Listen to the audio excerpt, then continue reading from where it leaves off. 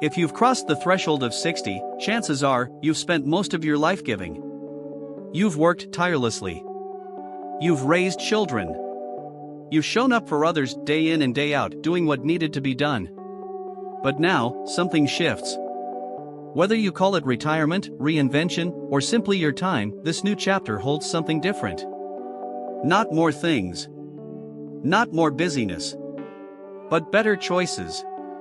And here's the quiet truth almost no one talks about. Sometimes, living better means letting go. Not by piling more onto your already full plate, but by carefully, intentionally removing the weight that no longer belongs there. Outdated habits.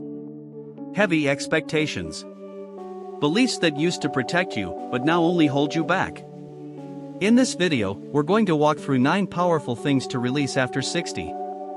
Not because you've done anything wrong, but because you've earned the right to feel lighter. To wake up each morning with less noise, more clarity, and a deeper joy that doesn't have to be earned anymore. These are lessons I've gathered after spending more than a decade listening closely to people just like you, men and women in their 60s, 70s, 80s, and beyond, who've taught me what a truly good life can look like. And if you stay with me until the end, the last insight may just change the way you wake up tomorrow morning. Let's begin. Number 1, stop saving out of fear, trust the life you've built. Let's begin with something that may sound a little strange at first. Stop saving money out of fear. It goes against everything we were taught, doesn't it? Most of us grew up with the same lessons drilled into our heads. Save for a rainy day. Save for retirement. Save, just in case. And for decades, that mindset served you well. It gave you a sense of control, of preparedness. But then, you reach a certain age, perhaps in your 60s or beyond. And you're no longer saving for something. You're saving from something. From fear. From uncertainty. From the what-ifs that never seem to end. Let me share a story. A man I once knew had over $2 million tucked away in his retirement accounts.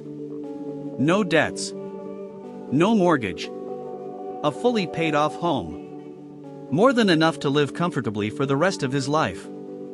And yet every time his wife suggested a vacation, a new camper van, or even dinner at a nice restaurant, he'd tense up.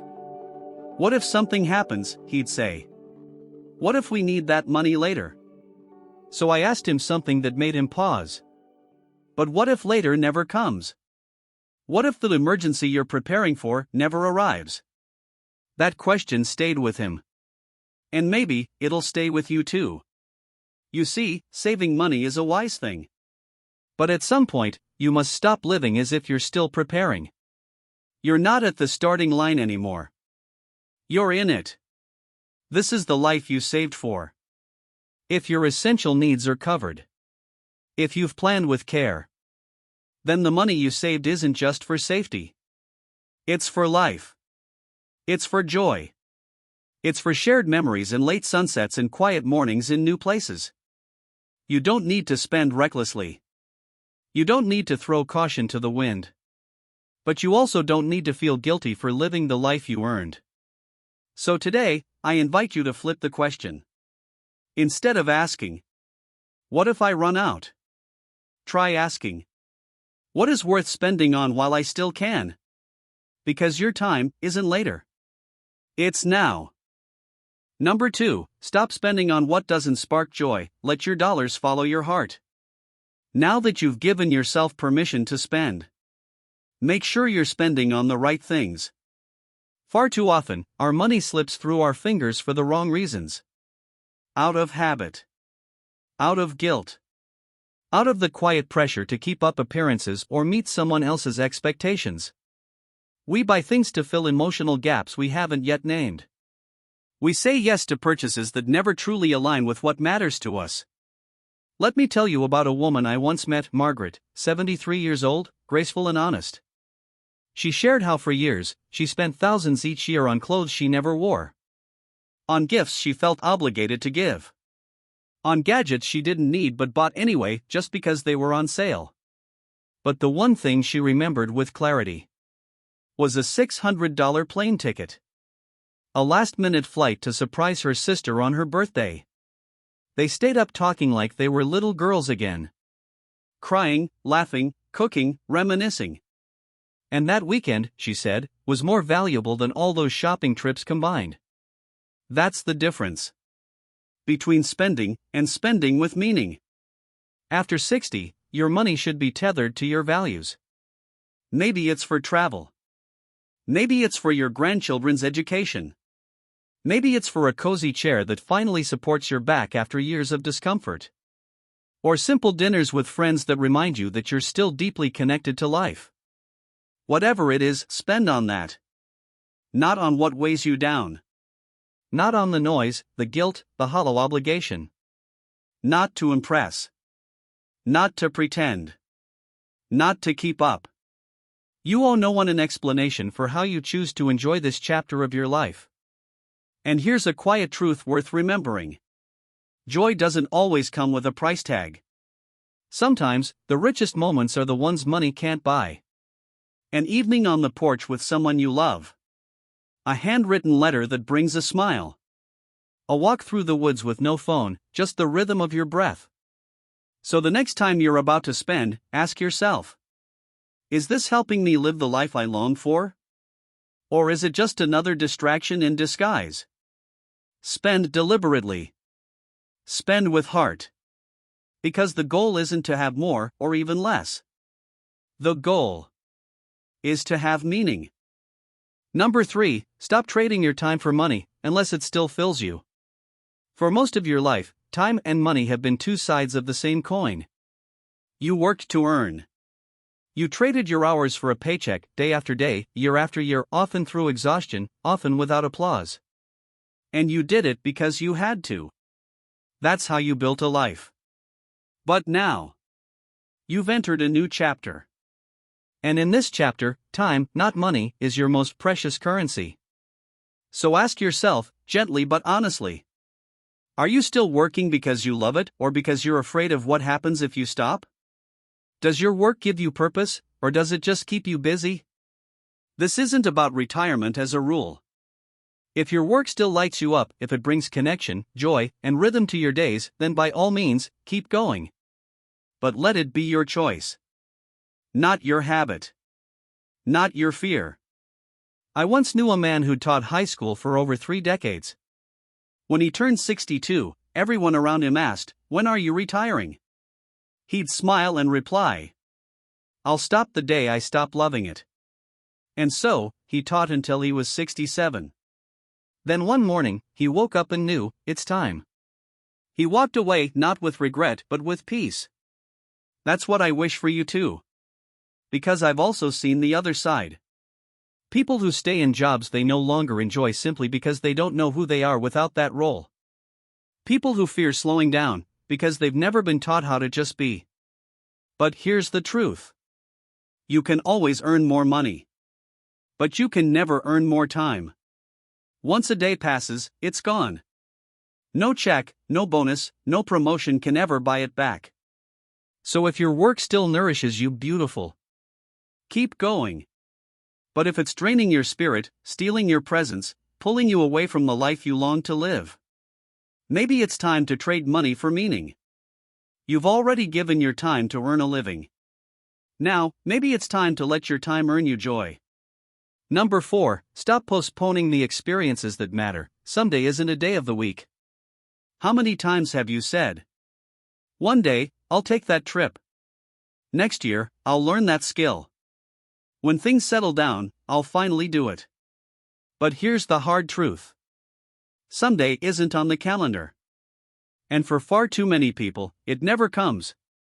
I remember talking to a couple who had always dreamed of driving an old Airstream trailer across the US. They had the savings. They had the time. But year after year, they kept saying, "Next summer. Next summer." Then one winter, the husband had a health scare. It wasn't life-threatening, but it was enough to stop them in their tracks. That was the moment they realized. They'd been waiting for permission that no one would ever give them. So they packed their bags, hit the road. And 6 months later, they told me it was the best decision they'd ever made. Not because every day was perfect, but because they'd finally done it. That's the power of choosing now. So I'll ask you, what have you been putting off? A letter to an old friend? A skill you always wanted to learn? A place you long to see? Why not now? You don't have to wait for retirement to start living. You don't need every detail figured out. And you certainly don't need anyone's approval. Because the longer we delay, the easier it is to hide behind excuses. Work. Routine. Even planning itself. But underneath the delay, there's often something deeper. Fear. Fear of change. Fear of doing something unfamiliar.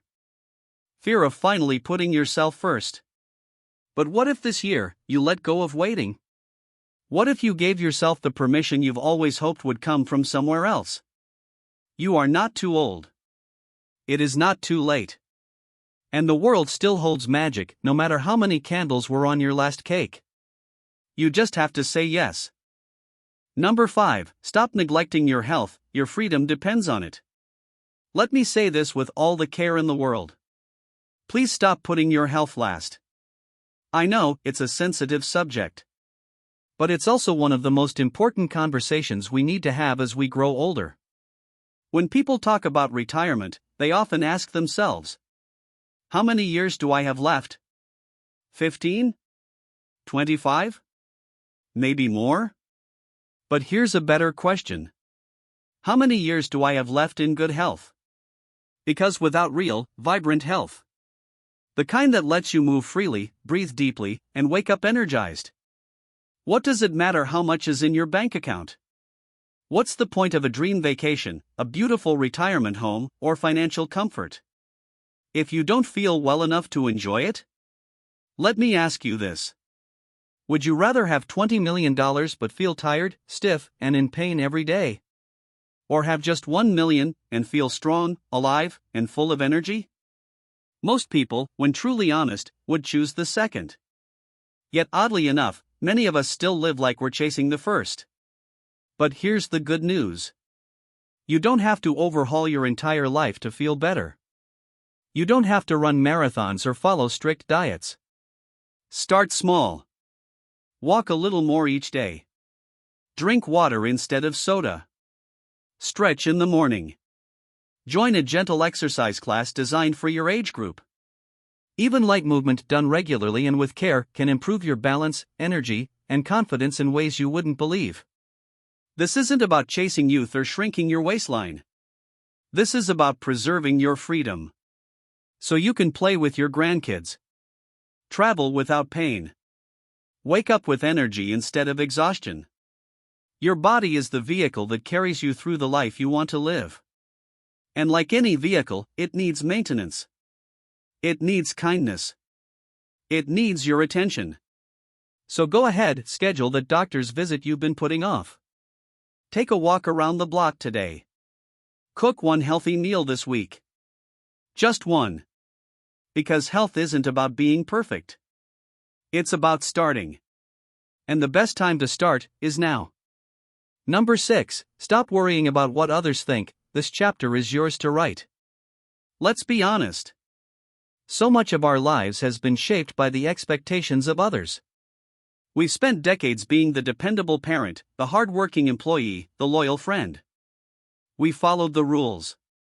We did what was expected. And that's okay. But now, it's time to ask. Who am I living for today? I once worked with a woman in her mid-60s. She had always loved art her whole life. She dreamed of taking a painting class. But she hesitated. What if I'm not good at it, she said. What if people think it's silly at my age? And you know what I asked her? And what if they do? She signed up for the class. And it changed everything. Not because she became a famous artist, but because for the first time in her life, she did something just for herself. No apologies. No explanations. Here's something powerful to remember. The older you get, the more freedom you have to stop caring about the noise around you. Want to wear bright colors? Wear them. Want to travel solo? Go. Want to skip family gatherings that leave you drained? You absolutely can. This isn't selfish.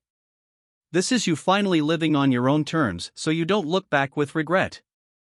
There's a book by palliative nurse Bronnie Ware, who spent years with people at the end of their lives. She asked them what they regretted most. And the number one answer? I wish I had lived a life true to myself, not the life others expected of me. Let that sink in. Because the longer you live to please others, the more you begin to disappear from your own story. So today, set yourself free. Let go of the need to impress. Say what you mean. Do what you love. And allow yourself to show up fully, honestly, beautifully, as you. There's only one you in this entire world. And it is never too late to step fully into your life. Number 7, stop immersing yourself in doom and gloom, reclaim your inner peace. This one might surprise you. But it could quietly change your entire emotional landscape. Stop feeding on a constant diet of bad news. Now, let me be clear. I'm not saying you should bury your head in the sand or ignore the world around you. Staying informed is important. It's part of being a responsible citizen. But there's a line between being aware and being consumed. If you spend hours a day watching news, any network, any angle, sooner or later, you begin to believe the world is falling apart. And that fear? That tension? That drip drip drip of anxiety? It doesn't just stay in your mind. It settles in your shoulders, your sleep, your breath. It slowly chips away at your joy. Let me ask you this. Have you ever heard someone say, "After 3 hours of cable news, I feel so uplifted and inspired"? I haven't. But I've met dozens of people who've told me. When I stepped back from the 24/7 news cycle, I started to feel human again. Calmer. Lighter. More hopeful. Because most of what you see on TV isn't designed to inform you. It's designed to keep you watching. And fear is a powerful hook. So the real question becomes, is that where you want to spend your most precious resource, your attention? After 60, you begin to understand something. Your attention is sacred. And you get to choose where it goes. You can give it to stories of chaos. Or you can give it to what still remains good. Because yes, there is still beauty in this world. There is still kindness. Still laughter. Still music, love, growth, and grace. So, yes, stay informed. But not at the cost of your peace. Set limits. Turn off the screen when your heart feels heavy. Choose stories that uplift. Follow sources that speak to your mind, not just your fears. And ask yourself, does this help me take action? Does this empower me in any way? Or is it just leaving me helpless and afraid? You've lived through enough to know. You deserve better than living in fear. You deserve peace. You deserve joy. And you deserve to invest your energy in the things you can actually influence. Number 8, stop ignoring your financial life, but don't let it run the show. Let's talk about money, not in fear, but with honesty. One of the most common mistakes people make after 60 is this.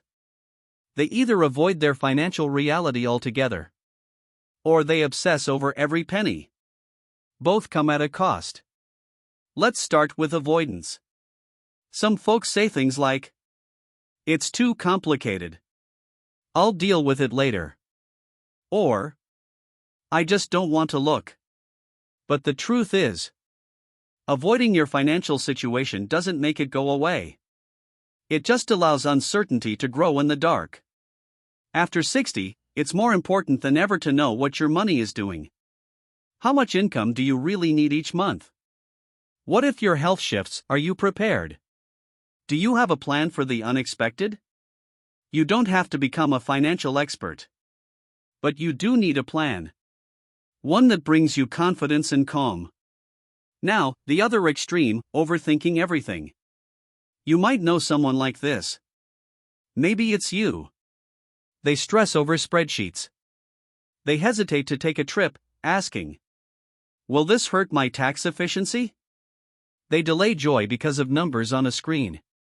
But here's the thing. You didn't save and invest just to watch digits go up. You did it to live. So yes, consult your advisor. Track your accounts. Make sure your essentials are covered. And then, let go. Let your money do what it was meant to do. Support your life, not control it. A good retirement plan doesn't just show you a strong balance. It gives you the courage to say, "Yes, I can do this. I can enjoy this." I once told a client, "The best sign of a successful retirement isn't the size of your savings. It's how fully you're living." So stop ignoring money out of fear. Stop clinging to it out of anxiety. And start using it intentionally, joyfully, to build the life you actually want. Sign number 9, stop living like you have forever. Today is the only promise. This final one is the most sacred of all. Stop living like time is endless. Now, don't misunderstand me. I'm not saying this to frighten you. I'm saying it as an invitation. An invitation to live more deeply, more intentionally, more fully. Because by the time we reach our 60s, most of us have faced loss. Maybe your parents are gone. Maybe you've said goodbye to a sibling, a best friend. Maybe someone you once loved with your whole heart is no longer here.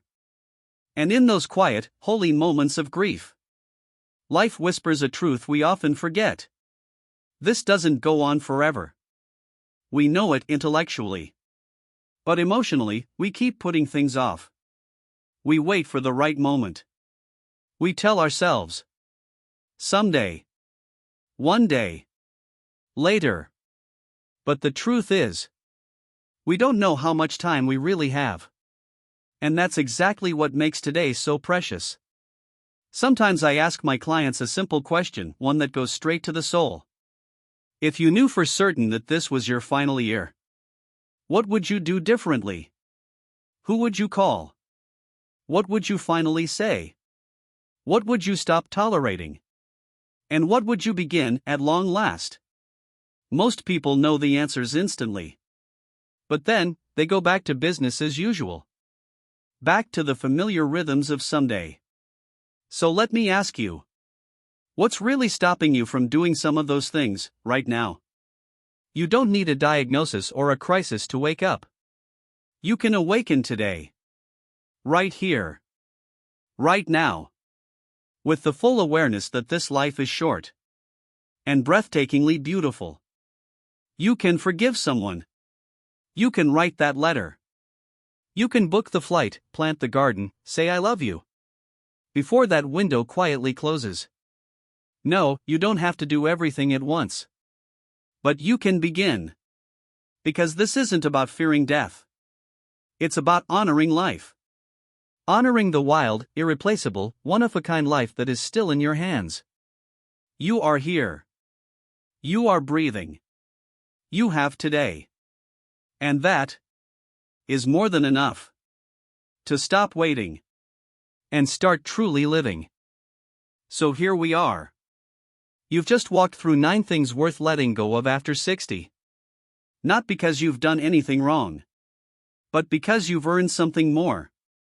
A life that feels lighter, freer, more intentional. Letting go is not giving up.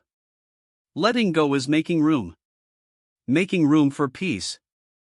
For presence.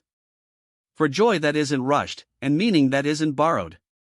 Let's gently revisit what we talked about today. Letting go of saving from fear. Letting go of spending without joy. Letting go of trading your time for money when time is worth more. Letting go of postponing the experiences that make you feel alive. Letting go of neglecting your health, your truest wealth. Letting go of worrying what others think. Letting go of the never-ending noise. Letting go of financial fear without ignoring your plan. And above all, letting go of the illusion that you have forever. Because the truth is, you have now. And that is enough to begin. Before we part, I want to ask you something personal. What are you ready to let go of starting today? Let it sit with you. And if you feel moved to share it, I invite you to leave a comment. You never know, your single, honest sentence could be the one that frees someone else.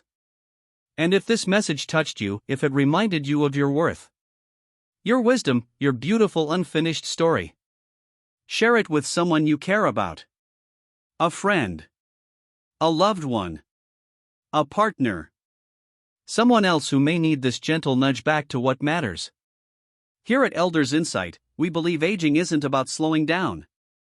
It's about showing up more fully than ever before.